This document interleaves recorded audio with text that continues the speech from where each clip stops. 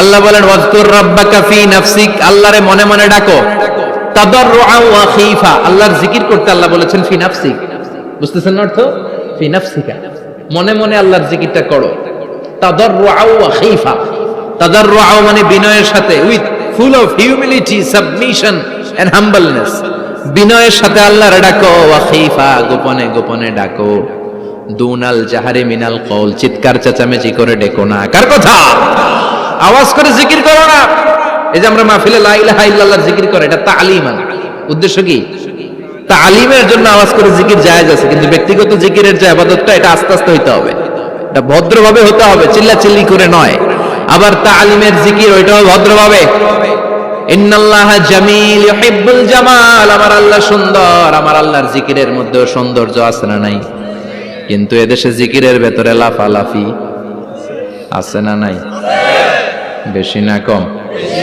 কি বসেন বসেন, হ্যাঁ বসে যান তো, অনেক ধরনের আছে জিকির। হ্যাঁ বসেন বসেন, বসে যান। হ্যাঁ হাইবার আলী, এটা কি আবার জালালি?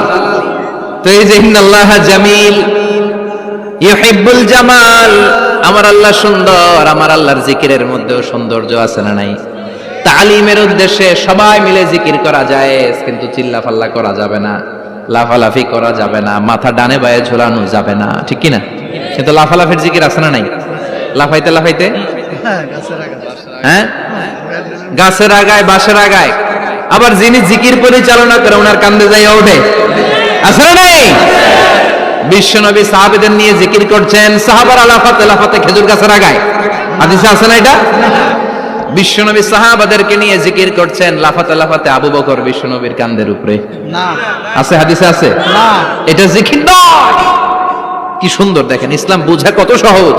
ওয়াজকুর রাব্বাকা ফি নাফসিকা তাদাররুআ ওয়া খীফা, গোপনে জিকির করো, ভদ্রতার সাথে বিনয়ের সাথে জিকির করো। ওয়ালা তাকুম মিনাল গাফিলিন, দুনাল জাহারি মিনাল কওল, চিৎকার চেঁচামেচি করে জিকির করো না। যারা চিকফাল দিয়ে হই হই হই হই করে, আছে না? হই হই হই হই হই হই, ভিতরে আল্লাহর নাম আছে। হ্যাঁ এই যে হুই হাই হুই হাই, এই স্টাইলের যে জিকির, এটার ভিতরে আমার আল্লাহর নাম আছে? আল্লাহর নাম যদি না থাকে ওইটা জিকির হবে? কথা বলেন। বিষ্ণু বললেন খবরদার, চিৎকার চেঁচামেচি করে লাফালাফি করে যারা জিকির করে, এরা মনে করে আল্লাহ কানে শোনে না। কথা বলেন। আপনি গোপনেও আল্লাহর ডাকলে আপনার ডাকে সাড়া দিবে কে? এজন্য রাব্বুল আলামিন বলেন ফাযকুরুনি আযকুরকুম ওয়াশকুরুলি ওয়ালা তাকফুরুন। বান্দা আমার জিকির তোমরা করো, আমিও তোমাদের জিকির করব, ঠিক কি না? আমরা যদি আল্লাহর জিকির করি, আমাদের জিকির করে কে? সুবহানাল্লাহ কইবেন না? আমরা আল্লাহর জিকির করে, আল্লাহ নাকি আমাদের জিকির করে? জানো তো কথা এটা। আবার হাদিসে কুদসিতে আল্লাহ বলেন ফাইন যাকারানি ফি নাফসি যাকারতুহু ফি নাফসি, আমার বান্দা যদি একা একা আমার জিকির করে, আমি আমার বান্দারে একা একা স্মরণ করি। ওয়া ইন যাকারানি ফি মালাইন যাকারতুহু ফি মালাইন খায়রিম মিনহু, এরকম মহা সম্মেলন করে যদি কেউ আমি আল্লাহর জিকির করে, আমি এর চেয়েও বড় মহা সম্মেলন ফেরেশতাদেরকে নিয়ে করে আমার বান্দারে স্মরণ করি।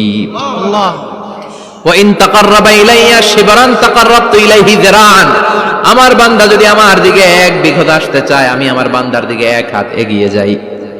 আমার বান্দা যদি আমার দিকে এক হাত আসতে চায়, আমি আমার বান্দার দিকে দুই হাত যাই। ওয়া ইন আতানি ইয়ামশি আতাইতুহু হারওয়ালা, আমার বান্দা যদি আমার দিকে হেঁটে হেঁটে আসতে চায়, আমি আমার বান্দার দিকে দৌড়ে দৌড়ে যাই। সুবহানাল্লাহ পড়েন। এজন্য বিশ্বনবী বলেন লা ইয়াজালু লিসানুকা রাতবাম মিন যিকরিল্লাহ, আল্লাহর জিকির দিয়ে জিহ্বাটারে ভিজিয়ে রাখবা। কার কথা? চিল্লায় বলেন কার কথা? সবসময় আল্লাহর জিকির করতে রাজি আছেন তো? সবচেয়ে শ্রেষ্ঠ জিকির বিশ্বনবী বললেন আফদালুজ যিকরি লা ইলাহা ইল্লাল্লাহ, লা ইলাহা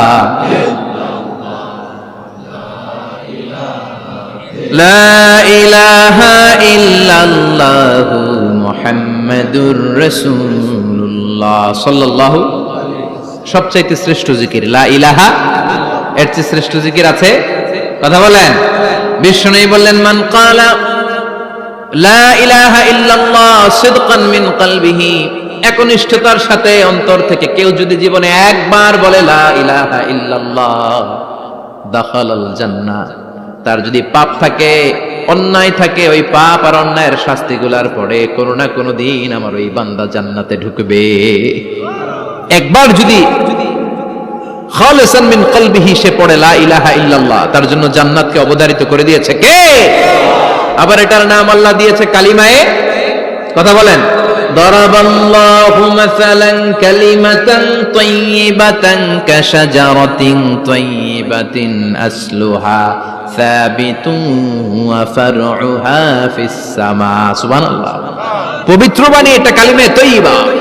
আবু সাঈদ আল খুদরি থেকে বর্ণিত, মুস্তাদরাকে হাকিম আর সহিহ ইবনে হিব্বানে এসেছে, বিশ্বনবী বলেন মুসা আলাইহিস সালাম আল্লাহর একবার প্রশ্ন করলেন, ইয়া রব আল্লিমনি দুআন আদউ বিহি, আপনি আমার এমন একটা জিকির শিক্ষা দেন যে জিকির দিয়ে আমি শুধু আপনার জিকির করব, কেউ এই জিকির করতে পারবে না। এই জিকির জানবো শুধু আমি, আর জানবেন কথা কোন? প্রশ্ন করছে কে? হ্যাঁ, কাকে করেছে? আল্লাহ এমন একটা জিকির শিখান যেই জিকির কেউ জানে না, আমি জানবো, আর ওই জিকির দিয়ে প্রাণ ভরে আপনারে ডাকবো। আল্লাহ বললেন মুসা পড়ো লা ইলাহা ইল্লাল্লাহু মুহাম্মাদুর রাসূলুল্লাহ। মুসা আলাইহিস সালাম বললেন আল্লাহ চাইলাম কি, কইলেন কি? লা ইলাহা তো জাতীয় জিকির, এটা তো আন্তর্জাতিক জিকির, এটা জানে না এমন কেউ নাই, এমনকি হিন্দু ভাইরাও জানে, কথা কন।